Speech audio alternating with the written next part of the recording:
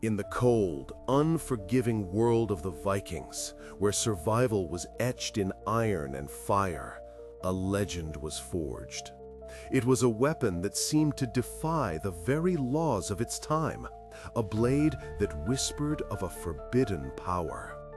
This is the story of the Ulfberht sword, an echo from a brutal past and the enduring enigma of its creation.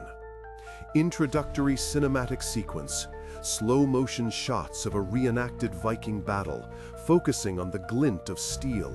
The sounds are muffled, focusing on the hiss of a blade cutting through the air, the clang of impact, the tension before a strike. Imagine the chaos of a shield wall. The air is thick with the scent of salt, sweat, and fear. Spears splinter against wood. Axes crash down with brutal force.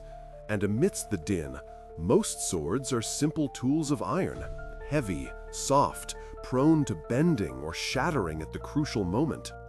But then, one warrior raises a different kind of blade. It catches the pale northern light, its surface gleaming with an unfamiliar brilliance. When it strikes, it doesn't just clash, it sings.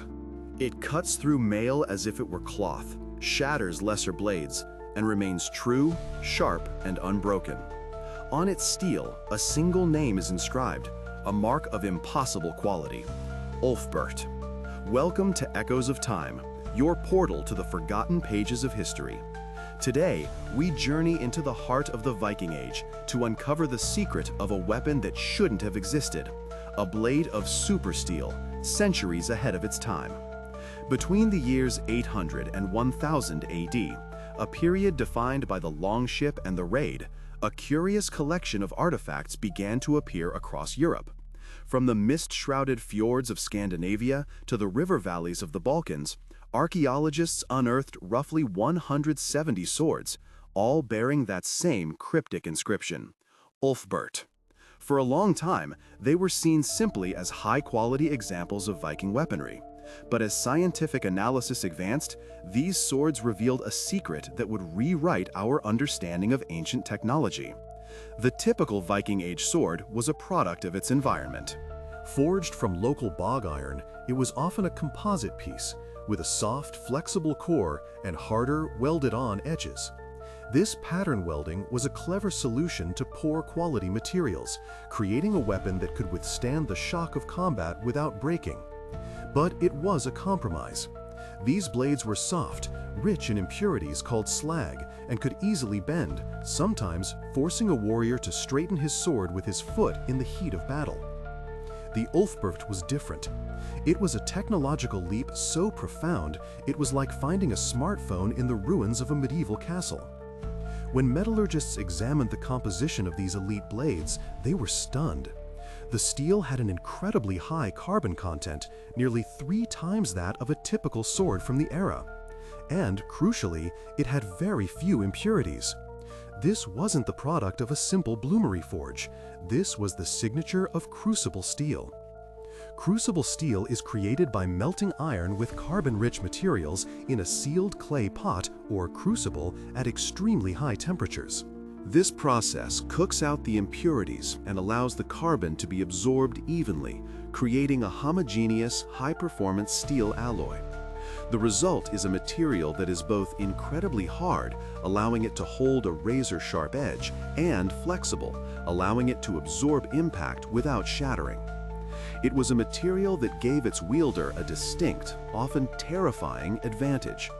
An Ulfberht sword was sharper, lighter, and virtually unbreakable compared to its contemporaries. It was, without exaggeration, a super weapon. Herein lies the monumental puzzle. The knowledge to mass-produce crucible steel was not thought to be widely available in Europe until the Industrial Revolution, nearly 800 years later. How then did a select group of Viking Age smiths master a technique that would baffle their descendants for centuries? Early archaeological attempts to replicate these swords, even with modern knowledge, often failed, deepening the sense of awe and fueling generations of speculation. The Ulfberht wasn't just a sword, it was an anachronism, a whisper of a forgotten mastery. What was the forbidden secret behind its creation? As we sift through the evidence, three major theories emerge, each presenting a compelling yet incomplete picture of the past. The first theory takes us far from the shores of Scandinavia, along the winding rivers and treacherous seas that formed the vast trade networks of the Viking world. This hypothesis suggests that the Vikings did not invent this super steel, but rather they acquired it. It posits that Viking traders, known for their far-reaching expeditions, tapped into a supply chain that stretched to the great metalworking centers of the ancient world. Regions like Persia and Central Asia were pioneers in crucible steel production, known as Damascus steel or wood steel. The techniques there were centuries old, a closely guarded art. Is it possible that Vikings, traveling down the Volga or Dnieper rivers, traded furs, amber, and slaves for precious ingots of this superior material? The steel would have arrived in Northern Europe as a raw, priceless commodity, which was then forged into blades by a master smith who signed his work or the brand he worked for as Ulfberht. This theory elegantly explains the material's exotic quality and connects the Vikings to a globalized early medieval world. It paints a picture not just of raiders, but of savvy merchants at the far end of an intercontinental supply chain. Yet, it leaves questions. If the raw material was imported, who was the European genius, the Ulfberht, who knew how to work this difficult, high-carbon steel into a perfectly balanced weapon? This brings us to our second theory, a forgotten, indigenous European innovation. Perhaps the secret wasn't imported, but rediscovered or invented anew. This school of thought points towards a lost legacy of Roman metalworking, techniques that may have survived in isolated pockets after the fall of the empire. Could a select group of Germanic smiths have inherited and refined this knowledge, keeping it alive through the so-called Dark Ages? Or, perhaps more compellingly, was this an independent technological leap? A single brilliant smith, or a small community of them, might have experimented with their forges, their fuel, their ore, and through trial and error stumbled upon a revolutionary method for producing high-purity, high-carbon steel. This theory champions the idea of local ingenuity, suggesting that Viking Age Europe was not a technological backwater, but a place of hidden innovation. It suggests the Ulfberht inscription was the signature of a master or a workshop whose genius was unmatched. But this hypothesis also has its challenges. If such a revolutionary technique was developed in Europe, why did it not spread? Why did it remain confined to this small number of elite swords over a 200-year period, only to vanish completely? True technological breakthroughs, especially those with such obvious military advantages, tend to proliferate. The scarcity and eventual disappearance of the Ulfberht method casts a shadow of doubt on the idea of a widespread European innovation. This leads us to the third, and perhaps most intriguing perspective, one that hints at a world of ritual, power, and closely guarded knowledge. This theory proposes that the secret of Ulfberht was not simply a business or a national technology, but the property of an exclusive and secretive smithing guild.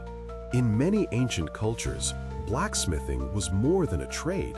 It was a form of alchemy, an almost magical art. Smiths were seen as masters of the elements, commanding fire and earth to create tools of life and death. Within this worldview, a breakthrough like the Ulfberht process would have been considered a sacred revelation, a gift from the gods. Its knowledge would be a source of immense power and prestige, something to be protected at all costs. The Ulfberht mark, then, may not be a single person's name, but the brand of this secret society. To own an Ulfberht sword was to possess a weapon of elite status, a symbol of shrouded power, its very existence a testament to the owner's connection to this exclusive circle. The knowledge was deliberately kept from wider dissemination, passed down from master to apprentice through sworn oaths and hidden rituals. This would explain why the swords are so rare, why they were owned by the powerful, and why the technique eventually died out. If the guild's members were lost or the lineage of knowledge broken, the secret would die with them. Each of these theories, global trade, local genius, or a secret society, paints a vivid picture of the Viking world. They transform the Ulfberht from a mere artifact into the centerpiece of a monumental historical puzzle. Was it a product of long-distance commerce, a testament to European ingenuity, or a symbol of a forgotten order? The truth perhaps lies in a combination of these fragments. Perhaps Viking traders did bring back tales or even samples of the legendary steels of the East, inspiring a brilliant European smith, Ulfberht, to begin a quest to replicate it. A quest that led to a new, unique process jealously guarded by his followers. The Ulfberht sword is more than just a weapon. It is a testament to the depths of ancient ingenuity and a powerful reminder of how much we still don't know about our past. It is an echo of a time when the line between technology and magic was blurred, when a craftsman's secret could change the fate of battles and kingdoms. These blades, resting silently in museums today, still challenge us. They force us to look beyond the stereotype of the brutish Viking and see a world of sophisticated craftsmen, intrepid explorers, and keepers of forbidden knowledge. The quest to understand their origin continues to captivate historians and metallurgists, a cold case nearly 12 centuries old. As we stand before these echoes of time, we are left with the fundamental mystery, a whisper of a forgotten mastery locked away in the carbon bonds of ancient steel. What do you think was the true origin of Ulfberht's supersteel? Was it the fruit of daring trade, the spark of isolated genius, or the guarded secret of a powerful guild? We invite you to share your theories in the comments below and join the debate that continues to echo through the ages. Thank you for joining us on this exploration. Don't forget to subscribe to Echoes of Time and hit the notification bell so you never miss our journeys into the secrets that lie under the dust of centuries. For in every discovery, there is an echo of humanity's great history.